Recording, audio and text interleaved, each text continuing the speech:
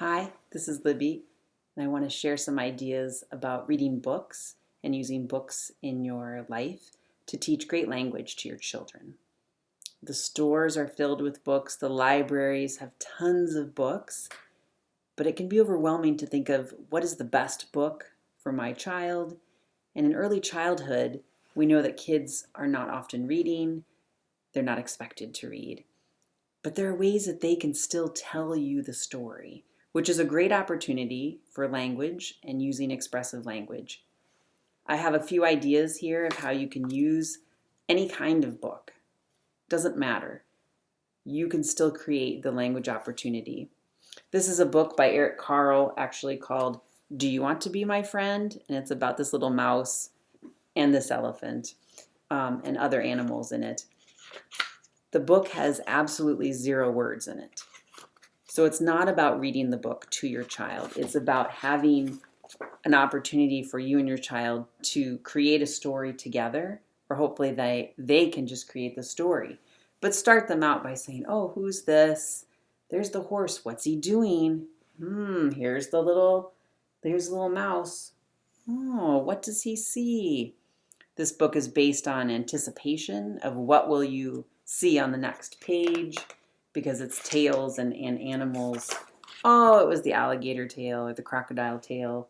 Ooh, whose tail is this? The idea is that you don't have to, as the parent or the grandparent, tell the story. Encourage the child to tell the story.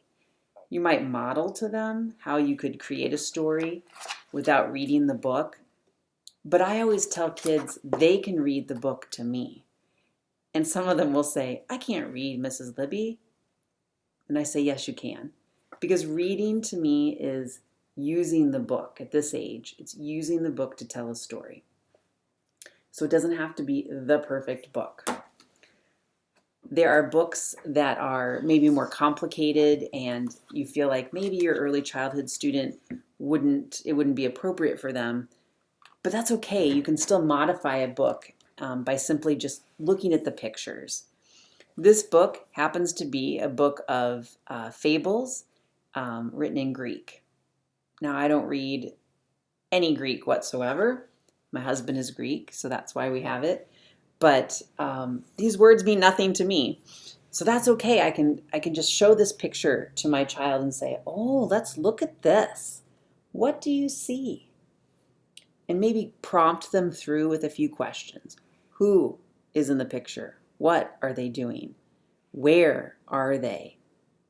How did they get there? How will they get out? What season is it? Why?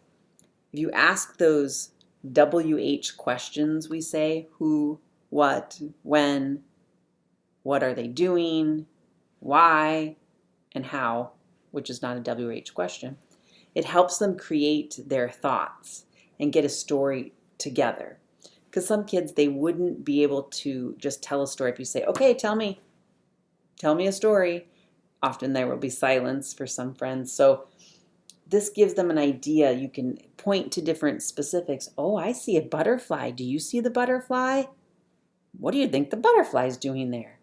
And it helps them create something and describe something.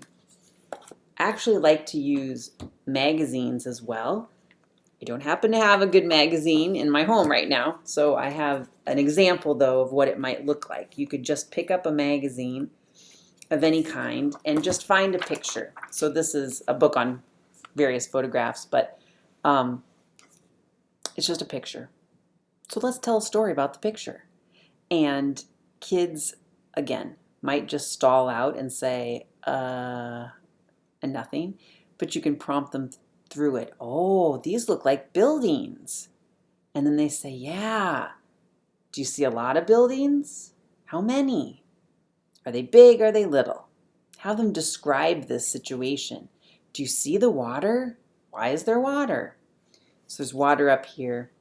You can explain that these buildings look small, but in real life, they're really tall.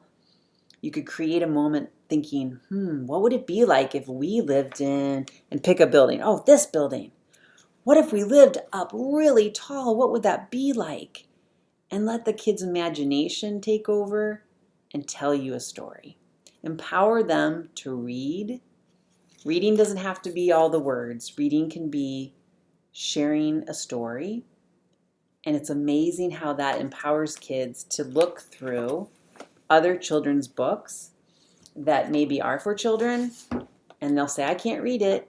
But then you let them know, yeah, you can read it by just looking at the pictures and talking about it. So I hope that gives you an opportunity to create language in your home with any book, any picture, pick up the newspaper, look at something on the internet. Anything will do because it gives them the sense of inquiry and story building, which is just essential for learning throughout school and throughout life.